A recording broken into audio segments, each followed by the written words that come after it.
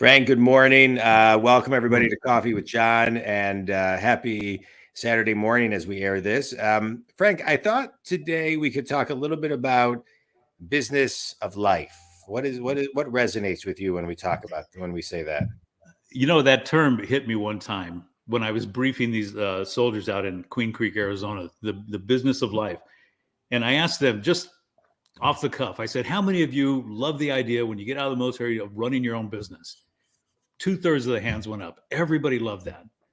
And then I asked them, how many of you love the idea of right now living on less money than you make? It was crickets. Yeah. Not a hand went up. I bet. And then I brought the message home to them. It's like, when you run a business, your number one task is to be profitable. Yeah. Why would it be any different when you run your household? Mm-hmm. When you're building your life, when you're creating a space for your family to grow and enjoy yourself? Why would it be any different?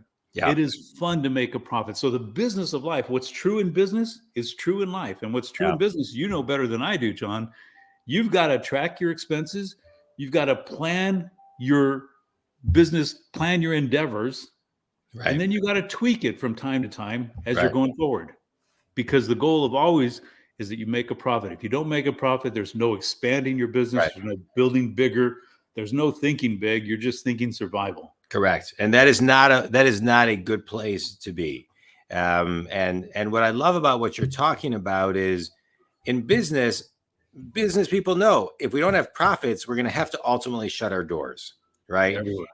And you can have a turnaround company, you can do this, but the goal is always profits. And so I don't think I love the bridge that you built over there thinking, well, then so should our life be profitable. Right.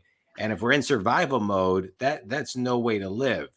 Talk about kind of the micro steps. And you've mentioned a lot throughout the past week that we've been together, the micro steps that people can do to start saving dollars today, to say, okay, if I stop doing this and this and this, then we'll start to be more profitable and out of survival and into profits. What are a couple of things people can do?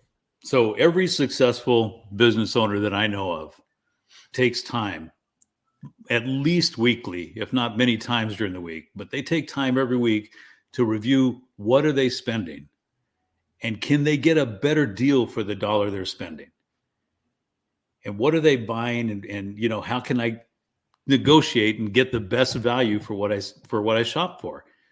If we just apply that same thinking to our everyday lives, we will create surplus in our lives because we won't default to the most expensive or the least, I don't know what I'm trying to say, the least valuable approach, just because it's in there in front of us and we just want it quick. We think more strategically.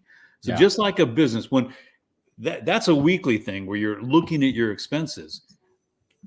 The other thing that business owners do is they plan what they're trying to do, and they plan it month to month, quarter to quarter, year over year. What is it that you're trying to do? Have you set goals to motivate you to make those choices of tweaking your spending? Yeah. And take a look at your spending. Break it all down. Don't be the ostrich with your head in the sand. So many of us love to run from those details because we think we'll be overwhelmed, but just the opposite happens. You become empowered. Yeah. And it's pretty simple to know when you just understand what all you're spending money on. It's pretty simple to know where what I call the financial bleeding is taking place. Yeah. Then you make adjustments there. And before you know it, you're living profitably, and profits drive all the potential, all the future, because then when you have profits, you build savings, and that gives you security. And then you eliminate debt, and then you build the future by investing in whatever format you wish to invest.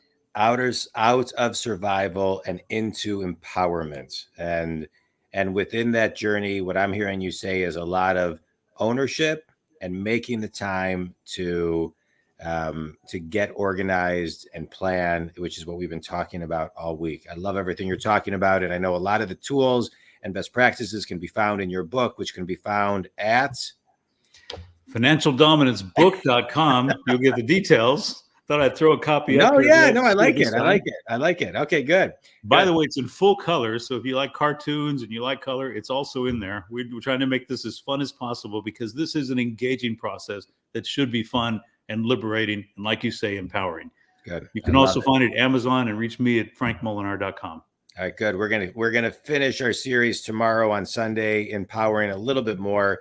Frank, I appreciate you taking time. It's been great doing this all week, and we're gonna finish on Sunday. And have a great rest of the day and a great weekend. Think community. If Frank can help you, please reach out to him. Thanks, everybody. Thanks, Frank. Thank you.